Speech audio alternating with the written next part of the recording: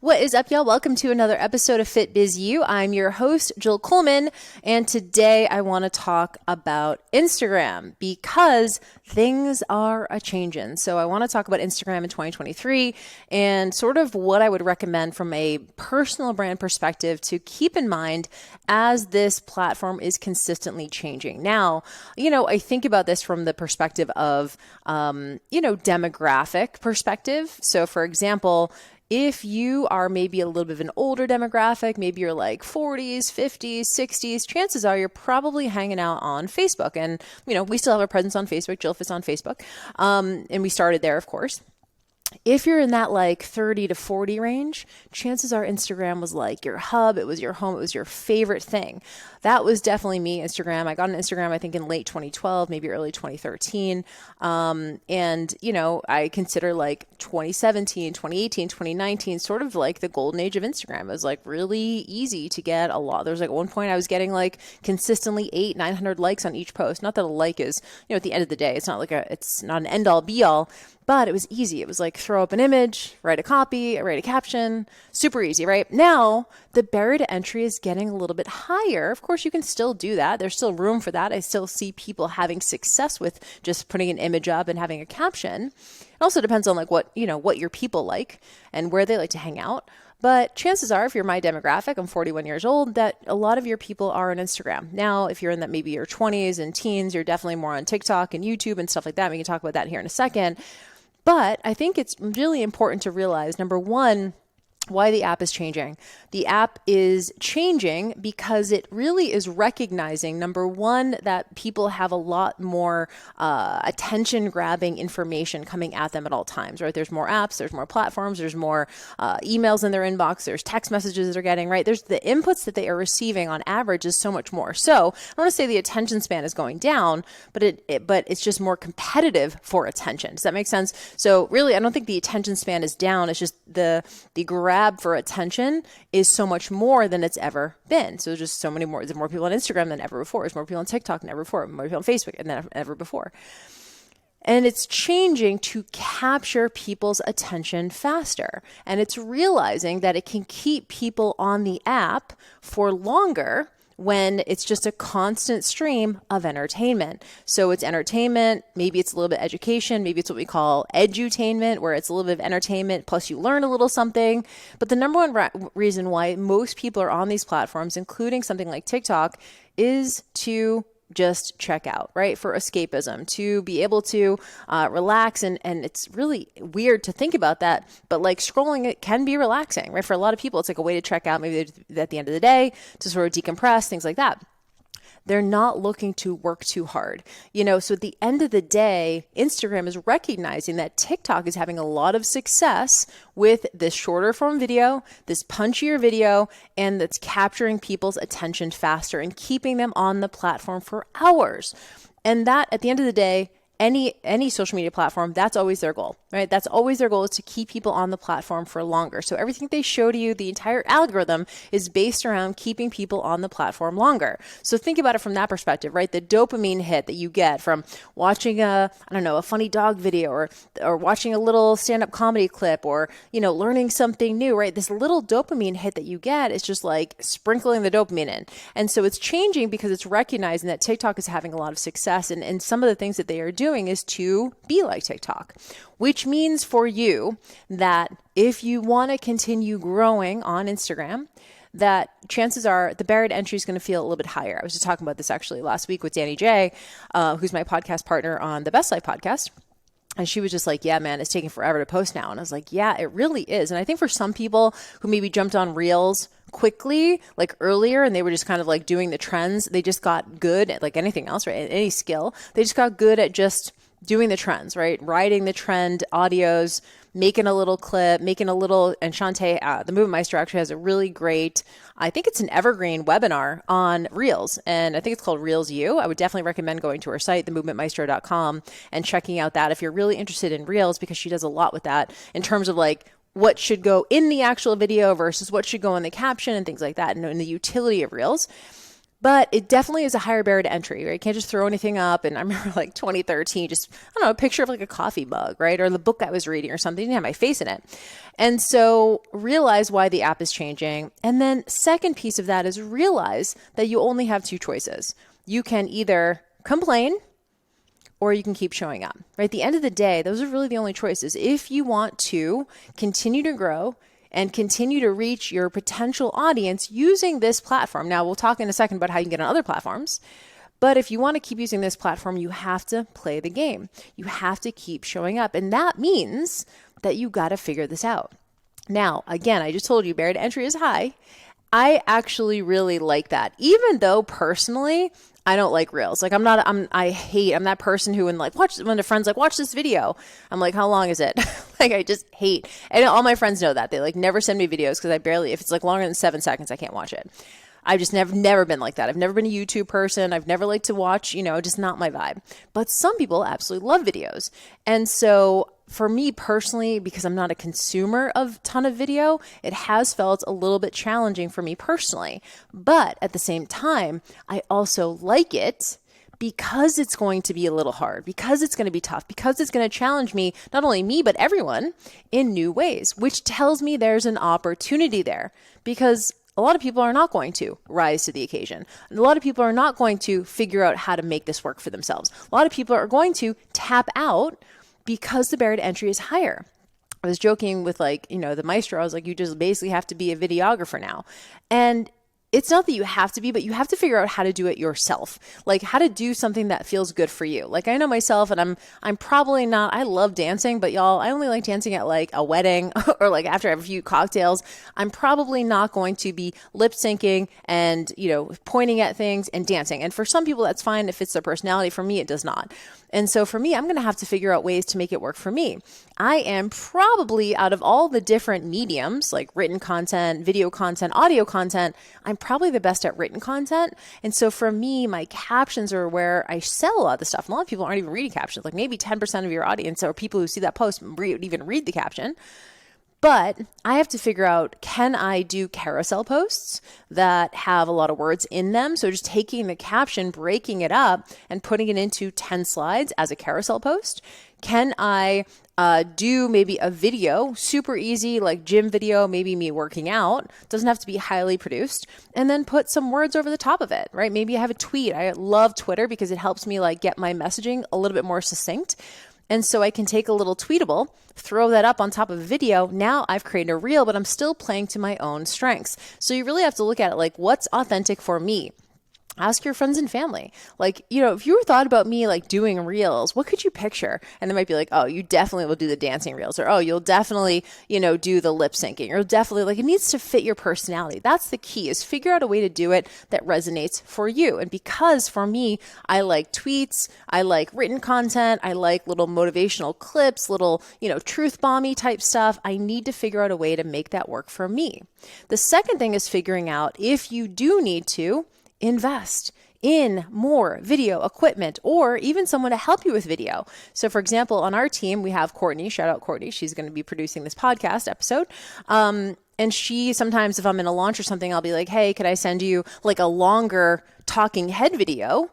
And you can cut it up and just put the captions over the top of it. And she's done that for me, and she does a great job with that stuff. So do you need to find someone who can maybe help you with some of these things? If you want to do talking head videos, at this point, it's non-negotiable. You need to have captions, right? You need to have captions on those videos. And then who's going to do those for you?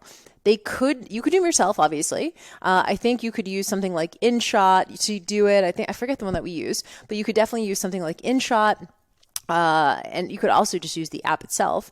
A lot of people are doing that where on the Instagram app, they're maybe talking into their story. Now you can make stories that are 60 seconds, and then they're using the caption feature to caption those videos, saving them, and then uploading them as a reel. Make this easy on yourself. All of that to say, do your best.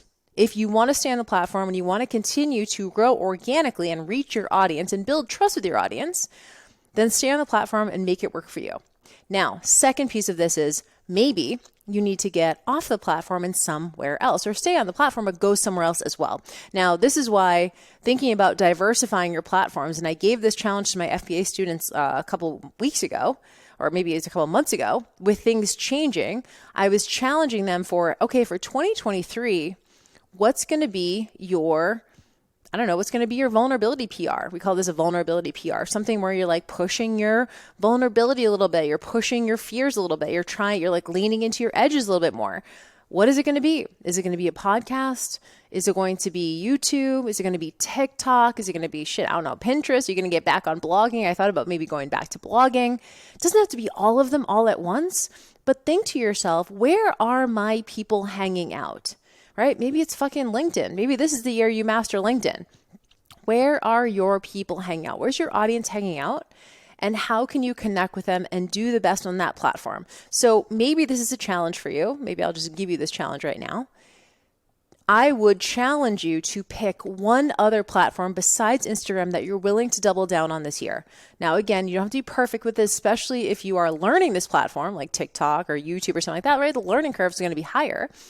But I challenge you to pick at least one other platform, social media platform, that you double down on this year. What's that going to be? It can be a podcast, which is technically not social media, but it's good for lead gen. The second piece of this is you have to continue doubling down on your email list and or your SMS list. So SMS is like text messaging. You guys have probably seen this. Maybe you even have you get some text messages, maybe from me or someone else. Now, we've done whole separate episodes on SMS. You can actually just go to Google FitBizU SMS or text messaging, and you'll find the episode. You have to listen all about that. At JillFit, we do both. We have evergreen ads happening all the time to bring in new email leads. We give them great value. We nurture them for a number of months. We do things like waitlists. We do lead magnets. We do all sorts of stuff to continue building our email list and nurturing them, by the way. And we also have an SMS list. And it's really important that, especially if you've had fast success with Instagram, I know a lot of people came on Instagram and they got a lot of one-on-one clients from Instagram. You have to start getting your audience off of Instagram and get them somewhere else. I know that this is hard. I know that maybe you're thinking to yourself, I don't want to learn that tech. It's, why do I need that? I've gotten clients online. I can just DM with people. Because the space is changing, and I don't want your visibility to get so low that those people aren't even seeing your stuff anymore. Get them off Instagram, get them into your email list or SMS list so that you have, number one, you own that, right? You own your email list. At any point, I can go to my email autoresponder. We use something called ActiveCampaign. Go to ActiveCampaign, and I could download in a CSV Excel spreadsheet every single email we have in there. And I have those emails. I can do anything I want with them. People opted in, by the way. That's why I say I can do anything I want with them. People had to actually opt in. So I have their permission to email them. I can take it to a different autoresponder. I can send out emails to individuals from my own personal email. Like, there's a lot of things you can do with that if you need to. The second piece of that is, number one, you own it. And number two, you have their attention. So while the inbox is also probably more saturated than it's ever been, people are a little bit more protective of their inbox. So oftentimes they will maybe unsubscribe to things they don't want to see or like junk or whatever. But if your shit is so good, your emails that you're sending, your value, the stories that you tell, the content that you're giving away in your emails, people are going to stay on that list. And you have their attention. We can literally see on our end, I send out 100 emails. We know 40 of those 100 people open this email. Like, we have that intel. We know exactly how many people are seeing our emails, how many of them are opening it.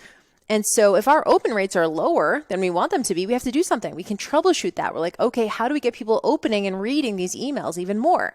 How can we give more value? How can we nurture these relationships? There's a lot of things you can do when you get people off of social media and get them into a platform that you own. That's super, super important. And lastly, I will say this, because the space is changing, because things are different, you have to iterate or die. Like, at the end of the day, if you want to be on social media and use that as a part of your brand, you have to play the game. But here's the deal. You have to also detach from the outcome. So for example, when I said, hey, get on, a different platform, maybe it's YouTube, maybe it's TikTok. Y'all, your YouTube and TikTok videos are not going to be good at first. Like any new skill, like when you got on Instagram and it wasn't good for a while, right? Same exact thing. You have to detach from outcomes. You also have to detach from outcomes on Instagram. Things are changing. A lot of my clients would be like, my views have been down. I'm like, it's happening across the board, right? It's happening across the board. In general, there's less visibility. You might have someone you're following who's like 100,000 followers and their post has like 400 likes. Like that's normal now, right? That's normal now. That wasn't normal a couple of years ago. So detach from the outcome. It's not just you. It's not because you're doing something specific to make that happen. Now, of course, you always have, ways that you can increase the value of your content. You can make your stories more engaging. There's other ways to get your engagement up. But you have to detach from the outcome. If you're seeing your numbers, your views, your likes, all of that stuff go down, realize it's not because you suck. And I think it's so easy to just buy into that and be like, oh, this is so bad. And you just start complaining and you start blaming the algorithm and you feel helpless. And that's what's really hard about something like this. And I will say there's a part of this situation that you are helpless in. You don't own this platform, right? It's not the Instagram platform. You don't own that. They can do whatever they want. It's a free platform. So if you feel helpless, that's valid. But there are a lot of things you can do that are still in your control, like trying to figure out how to improve your content, how to get your engagement up, even if it's just a little bit. And then, of course, you always have control over your mindset. You always have control over being able to detach from that outcome and just say, you know what, it is what it is. I'm going to do my best. I'm not going to read into it. I'm just going to get that shit up. And to me, my mantra is post and move. And just post and move. Like I'm at the point now where I don't even look at my likes. I just don't. Like, to me, it's just another rep. I'm like, I hope that a couple of the right people who need to see this post see it. At the end of the day, that's it. Which is why try to look at this from a long game perspective. I know sometimes the likes and the comments and the engagement, the saves and like all the metrics can feel so immediate and so important and so urgent. Like, I only got 7 likes. I only got 17. Like, it just feels so big in your head. Remember, as your body of work grows, right? As the more reps you have, the more posts you have, it's like a tiny little, it's one of thousands of posts you're going to have in your career. It's not that big. It feels really big right now, but as you build your body of work and get more posts up there, like I don't remember some of the posts from like last year. I was like, oh, I remember I wrote that. So remember, try to have some perspective. And if you're going to stay on the platform, number 1, figure out how you can play the game that's authentic to you. Number 2, detach from the outcomes. I think that's really big. And then, of course, let's try and get people off social media. Let's get them into other platforms. And little vulnerability PR for you. What are you going to master this year? What one platform are you going to master this year to start diversifying? Good? All right, y'all, that's it. Hope that this resonated. And if you are not on the waitlist yet for FBA, Fitness Business Accelerator, please go ahead and add yourself. We're going to be launching that very soon. And we only launch it twice a year. And it is my 6-month beginner to business course. It is our signature offer. It's where all of the best stuff goes. You can go to jillfitfree.com/FBA-waitlist. That's jillfitfree.com/FBA-waitlist. Everyone on the waitlist gets early information. There's obviously no obligation to be on the waitlist, but you will get early details as well as an exclusive discount and some bonuses. So keep an eye out for that. Go ahead and add yourself, and we are coming up on that very soon. All right, y'all, that is it for me. Thank you for your time and attention, and we will see you on the next episode.